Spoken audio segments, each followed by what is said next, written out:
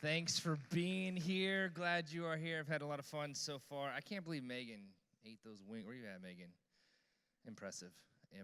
So, anyways, everybody good? Really good? You sure about that? Yeah, you happy to be here? Smiling big? Ready for this? Want me to stop asking questions? I know you do. I know you do. Hey, do me a favor. Turn to somebody and say, hey, you're looking good. All right, now turn to your second choice and tell them, I'm just glad you came.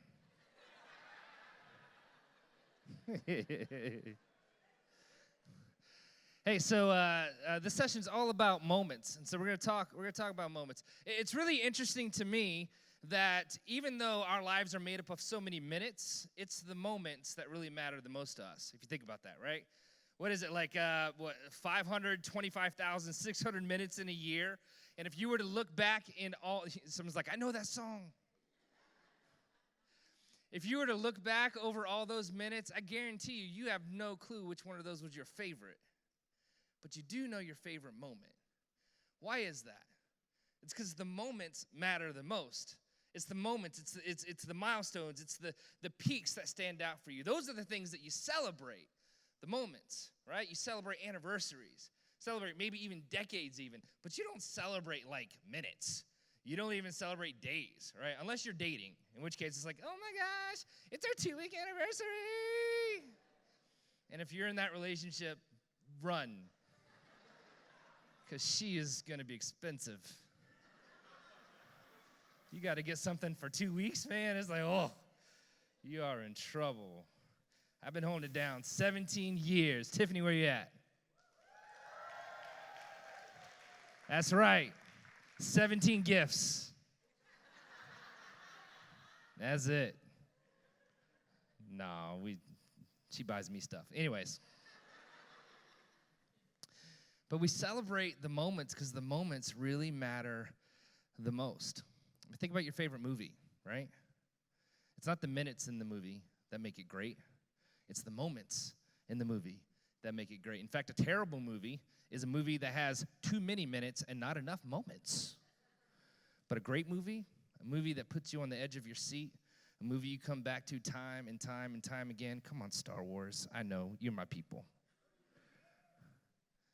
That's a movie that's full of moments. That's what makes a great movie. And I think that's what makes a great life.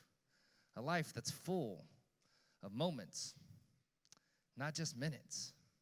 And in particular, I think what makes a great life is a life that's full of moments with God. Because a moment with God, one moment with God, can change the whole trajectory of a person's life. Isn't that true?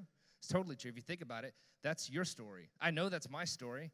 It was a moment with God when I was 12 years old that changed the whole rest of my story. One moment. And it was a series of moments that led to something we like to call movement in a person's life.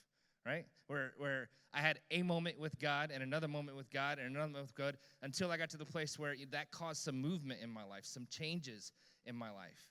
I began to say, all right, God, I believe that you're God and I'm not, and so I'm going to trust what you want instead of what I want, and I'm going to follow you. That caused movement. That caused growth in my life. And we believe that if you have enough moments, if you have enough movement in your life, then eventually that will lead to you living your life on mission. And here's what it means to live your life on mission. It means that you turn around and you realize the power of a moment in a person's life, and so you're willing to leverage your life to help make moments for other people because you know what that did for you. You know what those moments did for you. That's your story. Your moment might have been at a camp, might have been in a church, might have been in a conversation with a close friend, but you can trace your journey with God back to a moment nonetheless. It absolutely was a moment. We have 1 hour every single Sunday morning to set people up to have a moment with God that could really change their life. And I want to make the most of it. I think you want to make the most of it. You wouldn't be here if you weren't the kind of person that really wants to make the most of it. Whenever I'm preparing one of my talks or a message, I have this routine. I have this little line that I read. I pretend like whoever I'm talking to talks to me before I write the message. And here's what they say to me. I want to read it to you so I can get it right. Here's what they say. They say, Kent, move me. scare me, inspire me, convict me, stir me, anger me, surprise me, ignite me, thrill me. Just don't leave me the same way you found me when I walked through the doors. And those are my marching orders when I go to write a talk. I want people's hearts to be moved. When I'm preparing something, it's all leading to a moment. The talk today, session 1, it was all about one moment. It was all about that moment when I looked you straight in the face and I said, thank you. Thank you, thank you, thank you for giving your heart and giving your hand to help create a place like this, because it's made a difference in so many people's lives. I wanted you to feel that moment. I wanted you to feel that thank you. I wanted you to feel like every bit of sacrifice that you've given, every bit of time, money, and effort has been so, so, so worth it. It was about that moment. When the team gets ready to lead us in songs, they're not just trying to entertain everybody. It's about a moment. They're trying to lead us to a moment in a particular song where maybe our heart, your heart, someone's heart would be moved by what's going on in that song, the words or the melody or the moment. It's a big deal. We have one shot every week to make the moment matter. And so we've got to give our very best to it. Earlier this year, we read a book called The Power of Moments. Chip and Dan Heath, I believe. And in the book, they go through 4 main types of moments. Moments of elevation, moments of pride, moments of insight, and moments of connection. They just so happen to spell epic. Anybody else notice that? How about that? I was like, ooh, they wrote this book for us. And so we thought, hey, we're going to talk about that. And we're going to do this TED Talk style. And so we're going to have some of the guys on the team come out, some people come and share for a few minutes, 5 minutes each. And if they go over 5 minutes, I don't know what's going to happen, but it's not going to be good. So 5 minutes each to talk about their particular type of moment. So you do me a favor, put your hands together, and welcome the rest of our speakers. Come on, guys. All right. Now, this is interesting. Real quick, can I do a quick introduction all the way through? So I don't know if you know the famous Jake Rainwater or not, but he was, yeah. You don't understand. So I tried to find this video. I could not find it. So he's famous now. Like, I mean it, famous. He was on the Bleacher Report last week as the Sixers fan who has hands. And here's what happened. So one of the players, I don't know who it was, one of the players on the other team, chucked the ball out into the stands, and Jake, like a pro, snagged it out of the air with one hand. It might have been 2 hands, but it was it's cool to think that it was one hand. Anyways, he palmed it in the air. The whole stadium went nuts. And here's the headline on the video on the Bleacher Report. It said, Sixers fan has hands. Eagles need to sign this guy, which kind of true. Kind of true. So Jake's going to talk with us in just a minute. I want to introduce you to David Cowan. Yeah, give it up, David Cowan. David Cowan is brand new to the team. He's been on the team for 2 weeks now? 3 weeks. Flying. So 3 weeks. David is actually our XP3, which I'll explain what that means. So he's the executive pastor over all the creative, worship, production. So anything cool, basically, that's his job. And we're so glad to have you on the team and excited about him sharing with us as well. You guys know Emily, yeah? Gyimesi! Yep, best shoes on the panel. Yep, preachers with sneakers. Okay. So there's that. Anyways, love you, Em. And the Gwynn, William. Yeah. Husband of the late Marissa Gwynn. I said late. She was my exec for 5 years. And then she quit to go to school, and so now she's dead to me. What? No, I was just being honest. You know I love you. Anyways, you guys ready to learn about the 4 different types of moments that we can create together, yeah? Oh, seriously. You guys ready to learn about the 4 different moments that we can create together? Come on, Jake Rainwater, let's do this. All right. I get to talk to you about the E, which represents elevation. So moments of elevation are experiences that rise above the routine. So they rise above the ho-hum parts of life. They make us feel engaged and joyful and surprised and motivated. So over the last 11 years I've been at Epic, some of my favorite memories are when I get to see a guest come in and have a moment of elevation, because most people are pretty sure they know what to expect when they come to church, right? It's gonna be awkward. My kids are gonna be bored. The only thing available to quench my thirst will be water from a drinking fountain that tastes like metal, right? You know what that's like. And I won't know the words of the songs. The message will be hard to understand, and laughing will be the farthest thing from my mind. And so when someone comes to Epic, we wanna shatter all those expectations. We wanna create moments of elevation.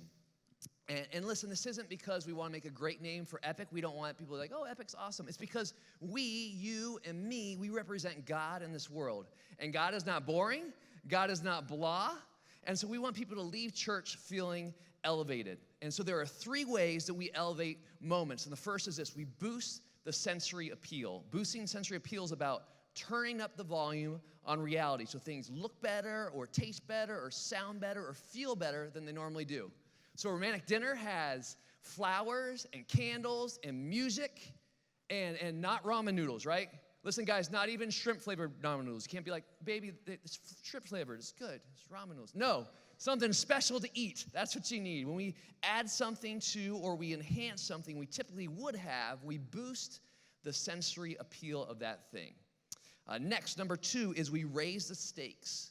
When we raise the stakes, we add an element of productive pressure. So it could be a competition, a performance, a deadline, a public recognition component. So if you've played sports or you acted on a stage, or maybe you took a really difficult test, your stress level was high, and that moment was kind of embedded in your mind. And so when we raise the stakes on what we normally do, all of a sudden that normal, mundane thing becomes something special, and it creates a moment for us. And the third thing that we can do is we can break the script. And breaking the script is defying people's expectations of how an experience will unfold.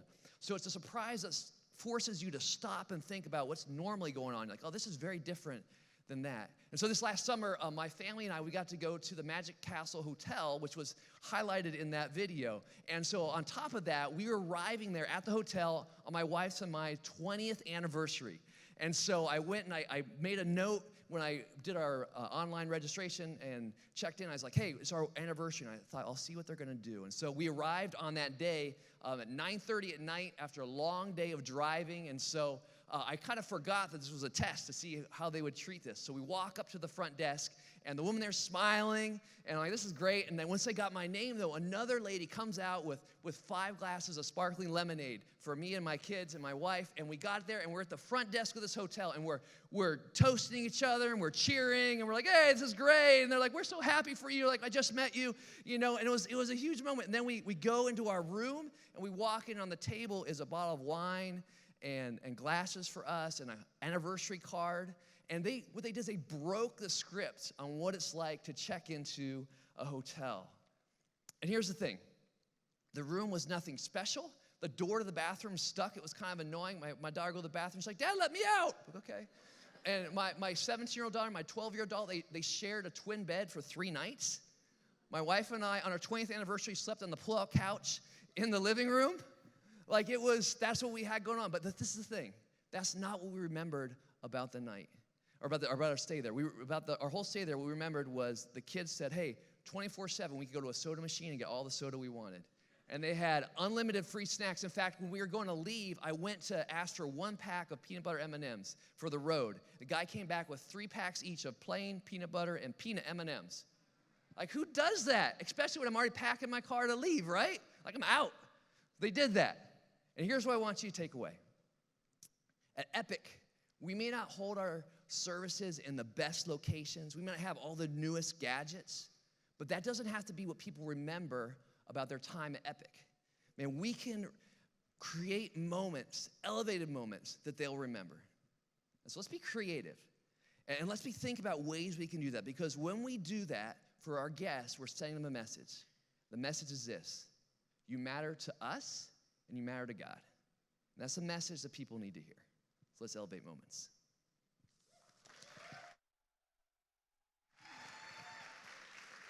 All right. Thank you, Jake. So this next letter in making epic moments is P, which stands for pride. And pride is important because it recognizes the works of other people on our team. So you see, moments of pride commemorate people's achievements. This is why trophies are given at championships. This is why medals are given at the Olympics. This is why the national anthem plays when the person who won first place is standing there on the podium with a gold medal around their neck. Commemorating people's achievements helps us capture these moments and lift others up. And I believe that all of us want to be seen.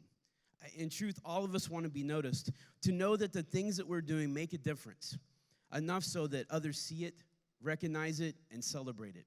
And you know what? Whenever we celebrate other people, all it tends to do is just elevate us and as well. In other words, when we lift others up and take pride in them, we feel this lift. And when we say, hey, I saw what you did and you killed it, man, that just encourages us as well. And as leaders, those of us that, as leaders and volunteers here at Epic, we have the ability to literally change the direction of someone's life simply in the words that we say. We have the power to either speak life over them or death. Let's choose life, right? Of all those ways that we can create moments for pride for others, the simplest is simply to just offer them recognition. Research tells us that the top reason people leave their jobs is a lack of praise and recognition. Maybe you're in a job like that. Maybe you're in a job like that right now. And if you are, I'm terribly sorry. Where you work, sometimes people may not recognize all the hard work that you do. Or maybe even worse, maybe they take your ideas and pawn them off as their own. I've experienced that. That's tough. It's tough to work in a place like that. But it's the recognition of our work when we realize that all that work, it meant something. It's at those times when you stared at the mirror in the morning, maybe you've done this, or maybe late at night and you asked yourself, should I keep going?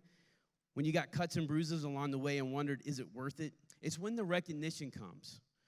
That's when you realize it was worth it, that people did notice, that what you did matter. You have made a difference. Now, there are lots of people in our lives probably that have made a huge difference in our life that maybe most people don't even realize what they've done because it was done in private. I can tell you that happened with me with a lady named Barbara Beck. She was a retired lady. This was many years ago, and my wife and I were living in New Orleans. And I was starting a ministry in our church there for 20-somethings. This is back in a time when I was also 20-something, so you can imagine this was a long time ago. We had a bassist in our worship team, and he sold Avid, which was like this nonlinear editing system. I'm speaking geek here. But he's the one that introduced me to the power of video and the power of story. But here's our problem. We were a church of like 250 people where the average age was probably 60 and above. There was no way anyone was going to give $10,000 for a nonlinear video editing system, except God knew better. There was a lady named Barbara Beck. She owned one of the first Apple stores that ever came out. This is like back in the 70s. And Barbara wrote this check for $10,000, and she said, the old folks, of which I am one, she said, won't get this, but I'm giving this for the young people who will get it. And you know, I can tell you that for years after she did that, I would call her spontaneously and just to say thank you, to recognize the fact that she had done that. Because here's the truth, I wouldn't even be standing here today if it wasn't for Barbara Beck. Because her gifts set the course for my life into the creative arts. I literally wouldn't be here with you guys. So my question is to all of us, who is it that you need to recognize?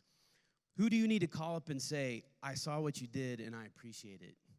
I guarantee you, you will create a moment of pride for them. And lastly, over time, it's difficult to see the impact of incremental change. To celebrate those little victories, if we do that, increase power of moments. In other words, if you have served somewhere a long time, it's really hard to see where your serving has made a difference. But it does. And let me tell you, it's absolutely worth celebrating. And one of those things we love doing is celebrating milestones, right? My wife and I are going to be celebrating 25 years of marriage this January. That's a milestone. Yeah. Let me tell you, it's a miracle. But it's awesome. But if you think about it this way, those of us that have served here at Epic, let's just create a moment of pride real quick. Anyone who's been serving in Epic for over 5 years, would you just stand up where you are? Just stand up. Anybody? 5 years? All right, let's give it up for them. Awesome.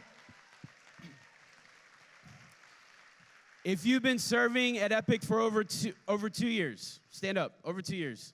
Stand up, stand up. Awesome. If you're new since then and you've been starting serving, please stand up, everybody. That would be everybody in the room, y'all. There you go. There you go. Thank you so much for what you do. It is recognized. It is seen. You guys are amazing. Now that you're standing, give it up for Emily.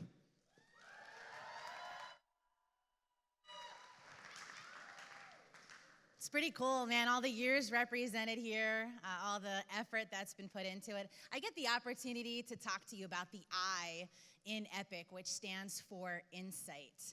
And insight are those like aha moments, those Oprah kind of like kind of moments when everything comes together and something that you've kind of put aside for a long period of time all of a sudden becomes interesting and special, and you see it kind of from a new perspective. And there's a story that happened at Microsoft, big company, and they had this software that wasn't doing so well. So they brought this guy in by the name of Scott Guthrie, and Scott's responsibility was to take something that was kind of underperforming and make it thrive. And the first thing he decided to do is to really get an idea of how it's working today. So he met with a bunch of these different customers that they had, and the feedback was pretty much a general consensus. The product was pretty good, but it was really, really hard to use. So he has all this good information, and he's thinking to himself, okay, what am I going to do with this information? How am I going to share it back with my team enough so that they're going to really care enough to do something about it? So he decided to have this off-site meeting where software engineers, managers all got together, and they broke off into small groups, and he challenged them with the opportunity to build an app off of this software. That was something really common that the customers used this particular program for. So not too far into it, it was an absolute disaster. Nobody could figure it out. People couldn't even figure out how to log into the program at all. Like, these are the people who built it and repped this particular program. And it was in that moment that those people in that off-site meeting began to what they call trip over the truth. Have you ever had any of those moments where you're literally tripping over the truth and you're like, aha, all of a sudden it's kind of dawning on me. Hadn't seen it that way before, because Scott took the opportunity to put people right in the customer's shoes, and that's where things changed, because then they were looking at it from a customer perspective. Something that we all get to do no matter where we serve across Epic, taking the time to really put ourselves in those customer shoes tends to change our perspective a little bit and makes us care a little bit differently about what we get to do. And by the end of the day, all the people at this particular meeting had come up with a ton of different ways to improve it, and they were charged and excited to do something. And Scott was strategic in how he did that, because something is different about when you allow people to experience something versus taking time to just explain it to them, right? Like, if you would have gone back and just shared that feedback, they probably would have been like, good, we need to do something about it. But because they experienced it, things changed for them. You can't really appreciate a solution. Like, you can't really get behind a solution until you truly understand the problem. So, how does that really fold into what we get to do here at Epic? It's cool because no matter where we are, whether it's in our personal lives and businesses, we can kind of make this apply to us by just having that kind of sudden ownership over stuff. I'm sure when you invite somebody to church, who here has either invited someone to church, to a life group, to a service projects? All the hands go up. Yes. Okay. All right.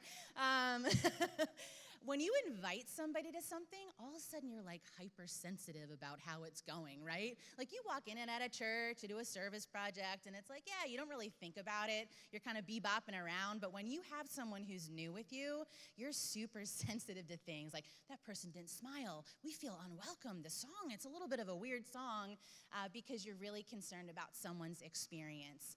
And I think things can change drastically in all areas of our life when we go ahead and continue to put ourselves ourselves in those shoes and look at things from a fresh perspective.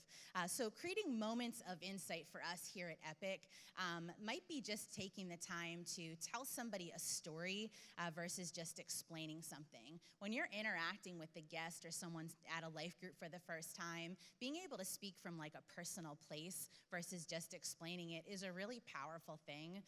Being able to hear someone's story and how Epic has impacted them or this particular organization has impacted them is big. And I think it's really important that we experience moments of insight for ourselves and really those around us so we don't end up accepting the status quo. So we don't end up just kind of going through the motions week after week after week. And instead really living a life of growth and a life of challenge through those moments of insight. So thanks, guys.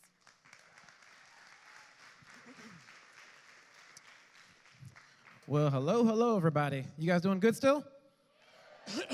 All right, so everybody knows at the end of a conference, when it's like the last person on the stool getting up to speak, you guys start yawning and you stop paying attention. So do me a favor. I need to make sure you're with me. Everybody put your left hand up. Everybody put your right hand up. Both hands up in the air at the same time. Everybody clap your hands.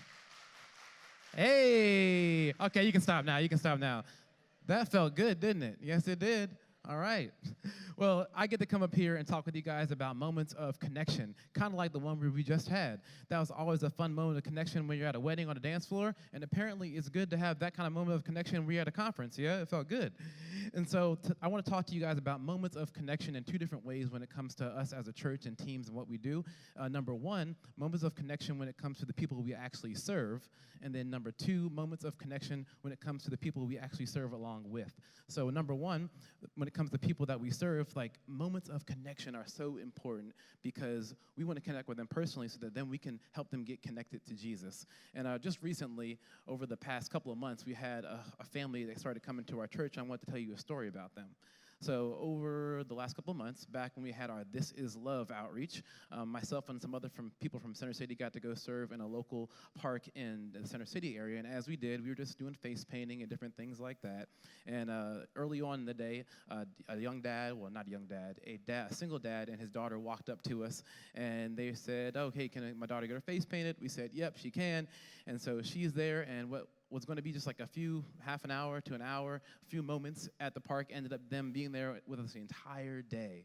And as they hung out with us there the entire day, the dad was like, where are you guys from? What are you guys about? And we were like, we're from Epic Church. He's like, oh, I don't do church. I'm not about that kind of life.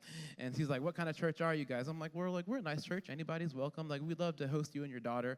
And he's like, well, I don't know. Like, my daughter needs X, Y, and Z. I'm like, well, we have that. Like, she likes video. We have video in our kids' room. She likes music. We have music in the kids' room. He was like, okay, I guess I might come. Not for me, because I don't do that church, but I'll come for her. So lo and behold, that Sunday, they showed up. And the first moment of the connection they had was with the greeter at the front door. So greeters, make some noise if you're out there. Yeah. That greeter at the front door took them over to the Next Steps area. That Next Steps person came and introduced them to me. I was able to take them over to the person at the kids check-in area. Anybody in kids check-in? Epic Kids, make some noise? Yeah, okay. Those kids check-in people took care of them, walked them all the way up to their classroom, and the dad was like, I am not about church, so while she's up there, I'm not going to go in. I'm just going to hang out in the lobby. So he sat up there the entire time during service and just hung out with the greeters and started talking. And then after church got done, his daughter had a good time, but he's like, we might be back, we might not be back. I'll let you know. So over the course of the next month, they came back every single Sunday. And as they showed up, you can clap, but that's not the best part of the story yet, but yeah, go ahead. So they showed up every single Sunday. One of my favorite Sundays when they finally showed up was he dropped her off to go upstairs, and he finally edged his way into the auditorium, and he didn't just sit down. He stood up for the worship, so a moment of connection with the band. He got down and sat down in the auditorium, and he listened to the message, and he had a moment of connection with God through the message. And then they walked out of the auditorium, and I was able to see him not walking out by himself with his daughter. There he was coming out of the front doors later on with a whole group of people, like a couple families, and he looked at me and said, you know what? The music was pretty good. And that message, it was all right. It was pretty good, too. And I appreciate it so much. Here's $2. It won't do much, but I want to give because I like what you guys are doing. And then right before they left, his daughter ran up to me and he goes, these are my besties. And she looked around, and she had like a group of 3 or 4 girls that she had met in Epic Kids that were now her best friends. So over the course of a month, all those connections across almost every single team at our church led to those powerful moments that they had that hopefully one day will help lead them into a relationship with Jesus. So thank you for being people that create those moments of connection, and that's why they're so important, yeah? Cool. Now you can clap. Now, when it comes to moments of connection with the people we serve with, those are just important because the way that we communicate with one another and connect with one another, that's what sets the stage for us to create moments of connection for the people that we serve. And for a bunch of us, those things are built in because we have a morning team huddle when it comes to worship and production and kids, and we get to go to those production moments and those huddle moments, and we have moments of inspiration and information. But how much inspiration, how much information, how personal can you really get in a 5-minute huddle? So, and then for those of us who don't have a huddle, if you serve on a special teams like life group or community outreach, or you serve in the team that comes into the office and does operational stuff, make some noise of any ops teams people here. Come on. Yeah, let's go. All one of you, let's go. All right. But it doesn't matter. It's so important that you take moments to connect with one another as a team, because how we connect as a team will set us up to be successful, to help create moments of connection for the people that we serve.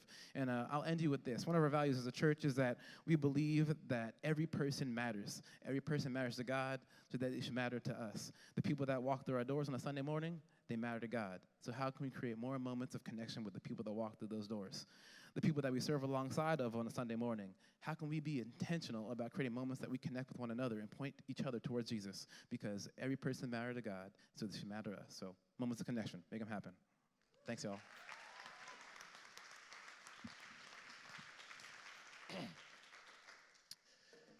So, what I think is really cool about Sundays is that we have an opportunity to make moments for people that could really make a difference in their life. And I'm a sucker for a good moment, particularly with my kids. And I've got a long history of basically lying to them just to have a moment with them.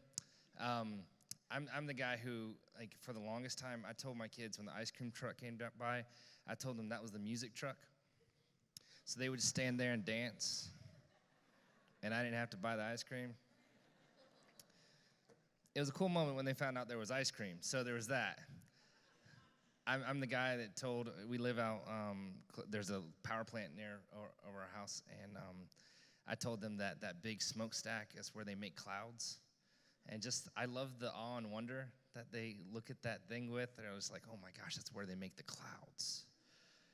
When my kids were little, one time before they went to bed, we went outside and we planted Cheerios. I told them they were donut seeds. And then when they woke up in the morning, I had already gone to Dunkin' Donuts and put donuts all over where we planted the Cheerios. And my kids were like, oh my gosh, we have donut seeds. And then on Easter one time, we planted jelly beans. And then when they woke up in the morning, there were lollipops.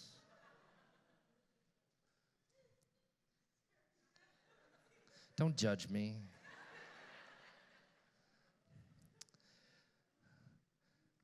Now with my kids, something about that moment of awe and wonder. I love witnessing it. I like seeing it, like even if it's not true. But with other people, we have an opportunity to introduce people into a moment of awe and wonder with our Heavenly Father, who is true, who does deserve our awe, and who does deserve our wonder. And I think that if we'll be intentional about it, moments of insight and pride and connection and elevation, I think we'll determine in our hearts to be moment makers.